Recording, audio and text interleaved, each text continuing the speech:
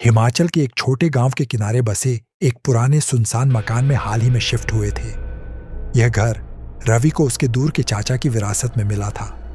घर पहाड़ों और घने जंगलों के बीच था, जहां मोबाइल नेटवर्क मुश्किल से आता था और रातें एकदम खामोश होती थीं। गांव वालों ने उन्हें बताया कि उस घर के पास वाला जंगल फुसफसाता जंगल कहलाता है और वहां रात में जाने की मनाही थी। रवि ने इसे ग्रामीण अंधविश्वास समझकर अनदेखा कर दिया, मगर मीरा को वहां कुछ अजीब महसूस होने लगा। वह रात में उठकर खिड़की से बाहर देखती और कहती, माँ, पेड़ मुझसे बात करते हैं। प्रिया हंसकर कहती कि यह उसकी कल्पना है, पर उसकी आंखों में जो डर था वह धीरे धीरे माँ को भी महसूस होने लगा। तीसरे दिन ही मीरा ने अपने कमरे की दीवारों पर आंखों जैसे निशान बना दिए। वह खाने से मुंह मोड़ने लगी। उसकी आवाज गूंजती हुई और गूढ़ हो गई थी। एक रात प्रिया नींद में उठी तो देखा कि मीरा बगीचे में नंगे पांव खड़ी थी। उसकी आंखें बंद थीं और वह किसी अनजानी भाषा में पेड़ों से बातें कर रही थी।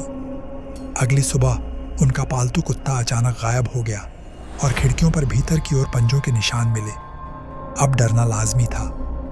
रवि ने तय किया कि वह जंगल के उस हिस्से, जिसे गांव वाले फुसफसाने वाला हिस्सा कहते थे, की जांच करेगा।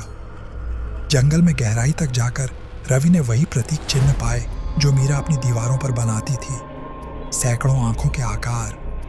पेड़ एक अजीब तरह से मुड़े हुए थे, जैसे वे किसी दर्द से करा रहे हों।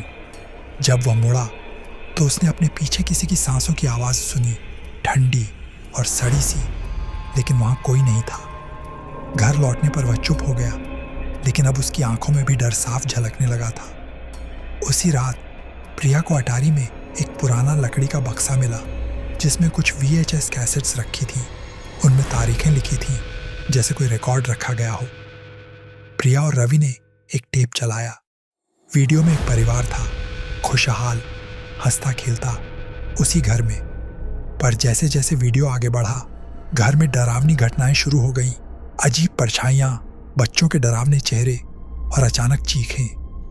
वीडियो का आखिरी हिस्सा हमेशा एक पेड़ पर रुकता था, जिसकी छाल में आंखें बनी थीं। एक टेप पर लिखा था, अगला। वह टेप खाली था। अब सब कुछ एक भयानक सच्चाई की ओर इशारा कर रहा था।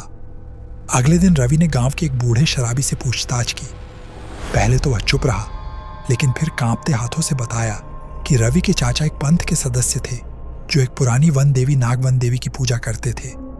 एक आत्मा जो जंगल में रहती थी और फुसफसाने के जरिए लोगों को बुलाती थी।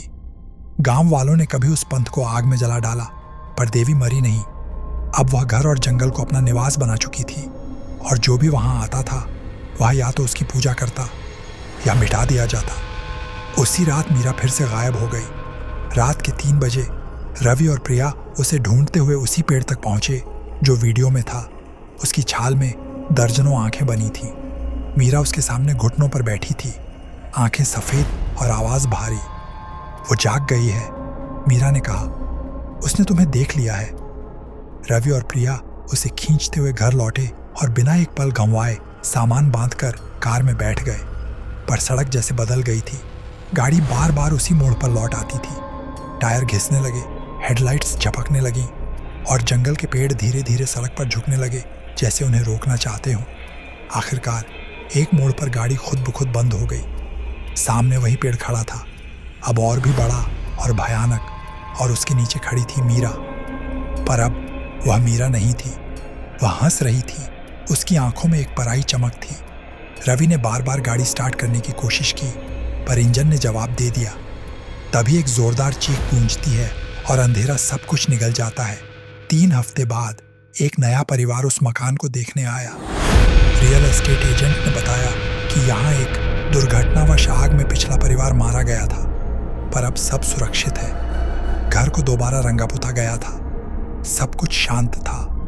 पर जैसे ही नई परिवार की छोटी बच्ची घर के सामने रुकी, उसने जंगल की ओर देखा और धीरे से कहा, मम्मी, पेड़ मुझे बुला रहे हैं। और जंगल के भीतर कहीं से एक धीमी हंसी की गूंज आई, जैसे कोई जानता हो कि अगला शिकार आ चुका है। अगर आप चाहें, मैं इस कहानी का एक भयानक ऑडियो स्क्रिप्ट, पोस्टर या नाट्य रूपांतरण भी बना सकता हूँ। क्या आप चाहें बताएंगे।